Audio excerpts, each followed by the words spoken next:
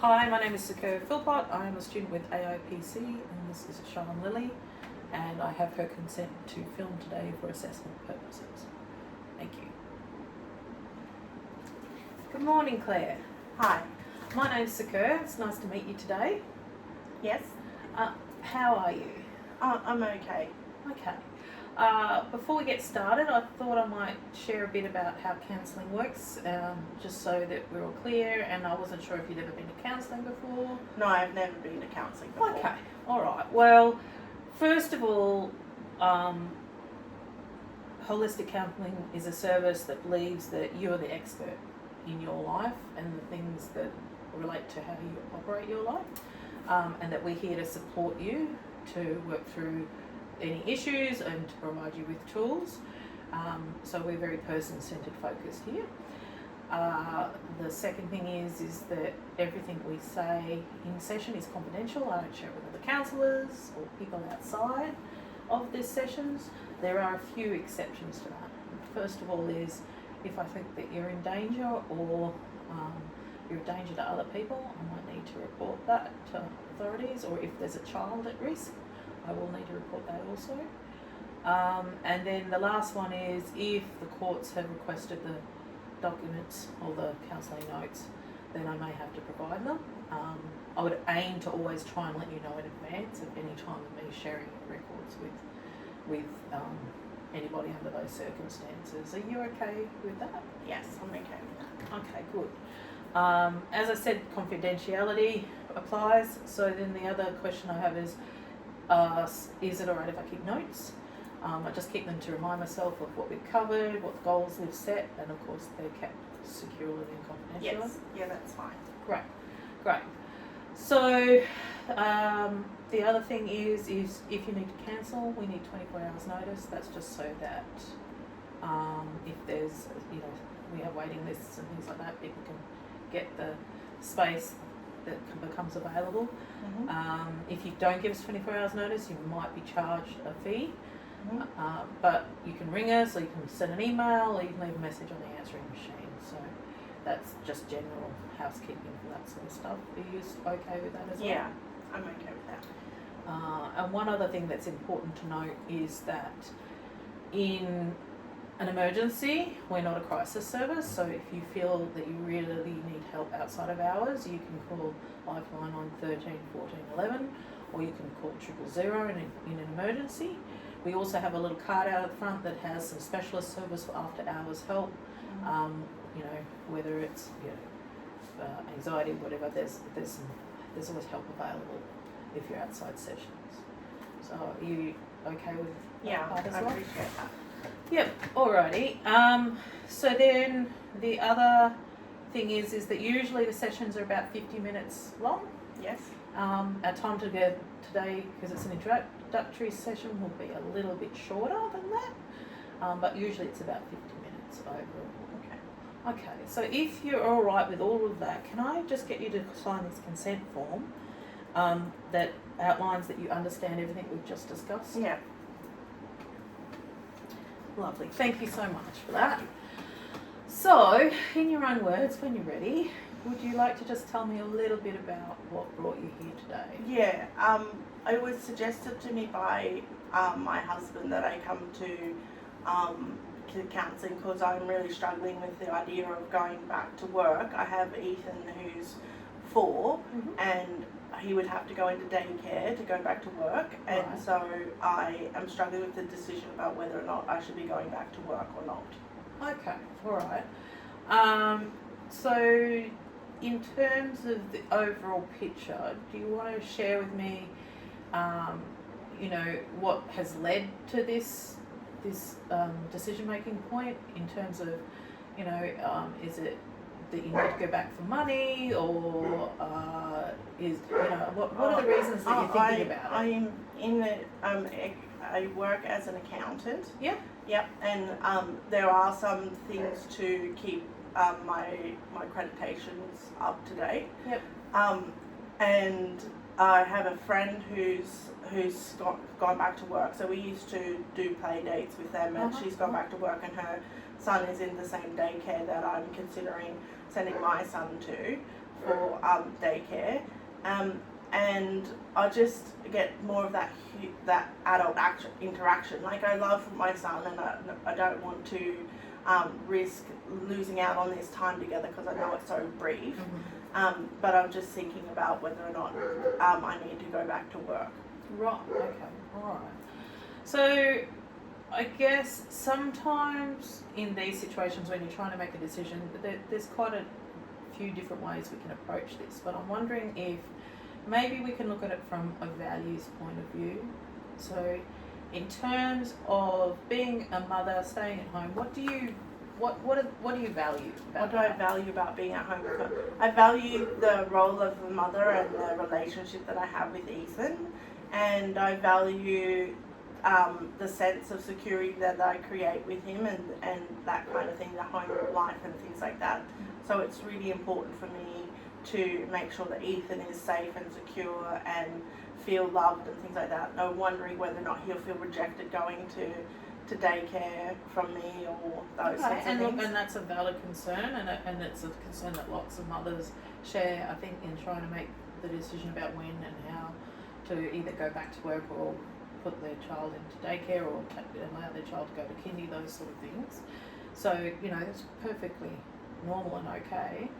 So then if we are thinking about being at work, going back to work, how does that fit within your values and how you are valued as a person? Like, where does that sit in terms of being a professional accountant?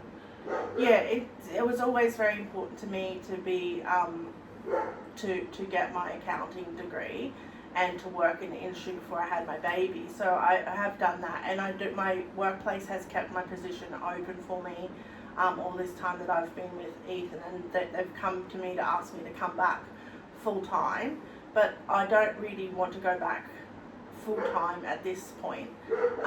So I have been thinking about a possibility of going back part time, and that way I can get my accreditations to keep them valid, and so I don't have to go and do some more study. Okay, alright. So it sounds to me like in terms of your values, you value being mother and being present for your son, but you also value being a professional, being able to work, and your identity around that, and it also sounds like your workplace values you as well. So in terms of what that looks like as a decision to go back to work, what do you feel about that now that we've just sort of looked at that in terms of values? They seem to clash a lot. Okay. Yeah, so I wonder about it. Like, my friend Susie has done it seamlessly with her son, and there is some pressure now because there has come up an availability in the daycare, but in the news there's so much information about poor daycares and things like that. So I've researched it, but you never really can tell what you're sending your son to when you're not there with them. So that's Absolutely. one of those concerns. Absolutely, and that is a completely valid concern, especially today when you see what's on the news and you see what's occurring. What would it take for you to lean more positively towards returning to work? Like, shift you over the being on the fence to... Yeah, because there's a lot of things that I do at home now, keeping the house together, and there's more work in meal prepping and keeping the house clean and keeping it organised and things like that now that I have a son. So it's just that extra workload that I'm going to be adding with work. That workload's not going to go away with the amount of tasks that I have. And what sort of supports do you have at home? Like, how does your husband feel about all of this? He wants me to go back to work. He thinks that it would be better financially for us to go back to work, but he has left it up to be my decision, because Ethan's only 4. So, but then when I think about it further, next year he'll be in school anyway. Yes, okay. So do you think that maybe this could be a testing phase or an introductory phase for Ethan to start leaving home for certain amount of time during the week and allow you to also explore the balance between working and being a mother? I hadn't really thought of it as in that way, that I could do it part time, and that it's going to end up being that way anyway. Yeah, that does seem to be a little bit more comfortable for me when I look at it like that, but it's still that extra workload of Yeah. So if you were to visualize an ideal work-life balance, or one or the other, so if you envisioned next year as staying at home with Ethan and continuing on what you're continuing in terms of how you run your life, what does that visual look like to you, and how do you feel about it?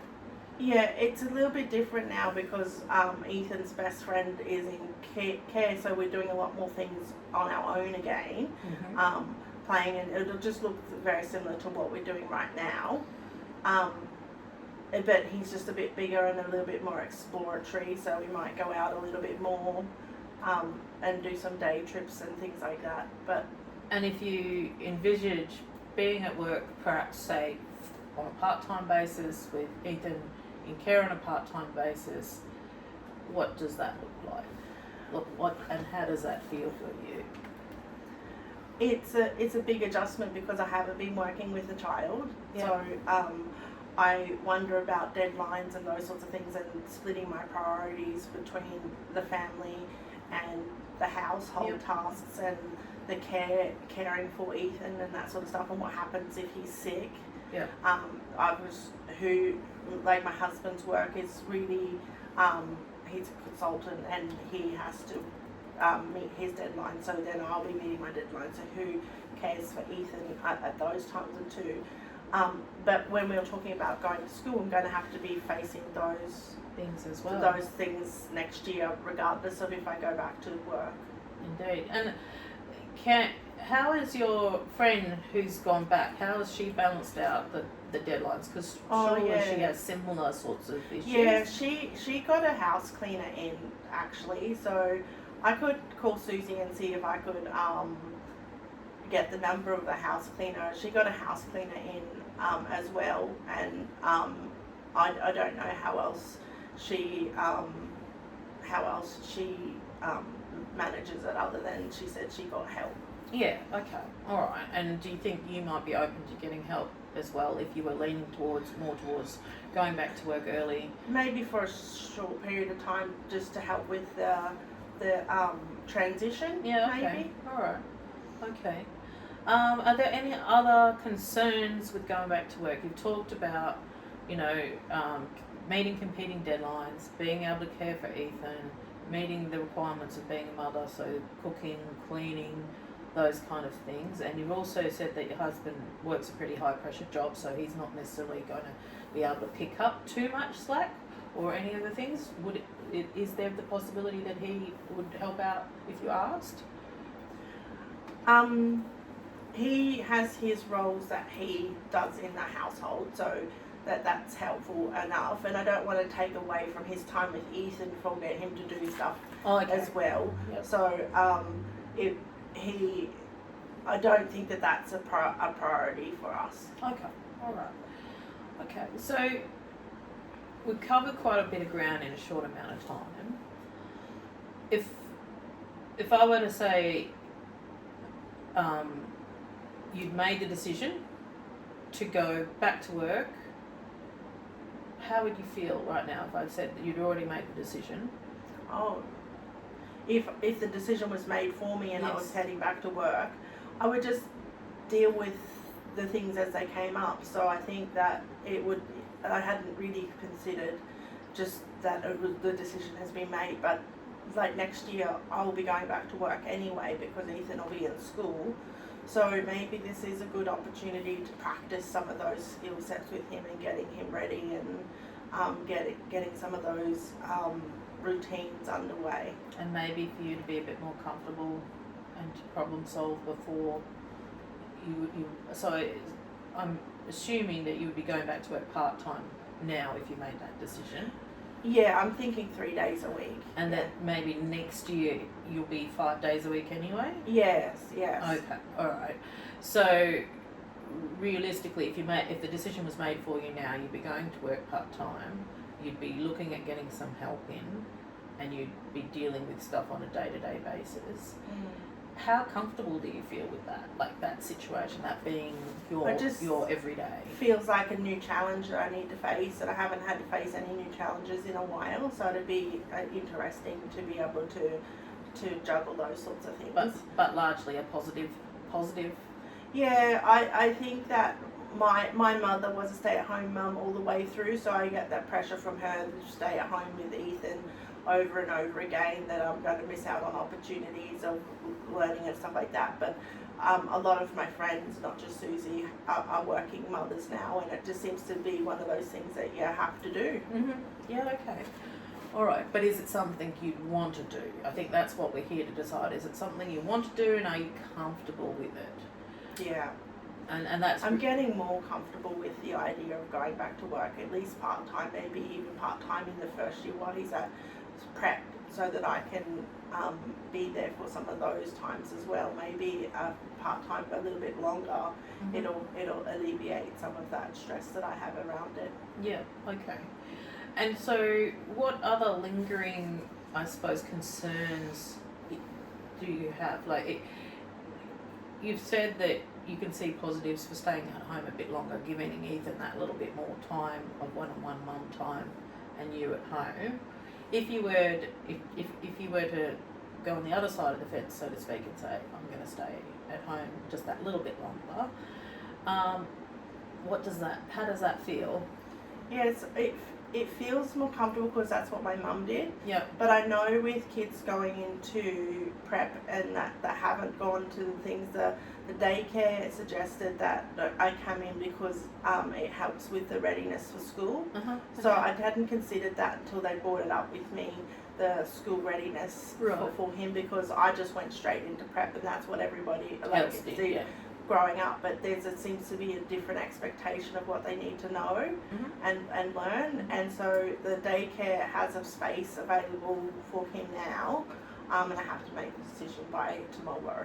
Oh right, okay, so that's quite soon. Yeah. Right, so on a scale of 1 to 10, in terms of where you fit making the decision to go back, where do you sit right now? So 10 totally ready to make the decision to go back to work, and 1 being not at all ready. Probably a 7. Okay, and what would make that, what would shift that up or down for you in either direction? Shifting it down would be not having an idea of if Ethan gets sick, who's going to be looking after him. Okay, so that's one thing. Yeah.